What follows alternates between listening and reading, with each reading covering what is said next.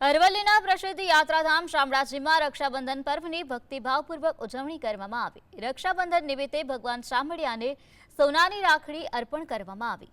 મોટી સંખ્યામાં ભક્તોએ પણ ભગવાનને રાખડી અર્પણ કરી સમગ્ર જગતના ભાઈ તરીકે ભગવાન પ્રત્યે ભાવ વ્યક્ત કર્યો। પર્વ નિમિત્તે ભગવાન શામળિયાને ખાસ વાઘા અને સોનાના આભૂષણોથી મનમોહક શણગાર કરવામાં આવ્યો।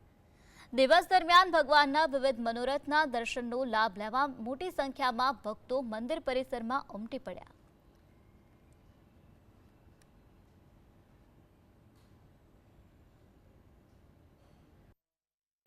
શામળિયા ભગવાનને રાખડી બાંધવા આવ્યા છીએ। જે શામળિયા ભગવાન સર્વના ભાઈ છે, એ આપણી રક્ષા કરે છે। એટલે બહેન તરીકે મારી ફરજ છે કે હું એમને રાખડી બાંધવા માટે આવું।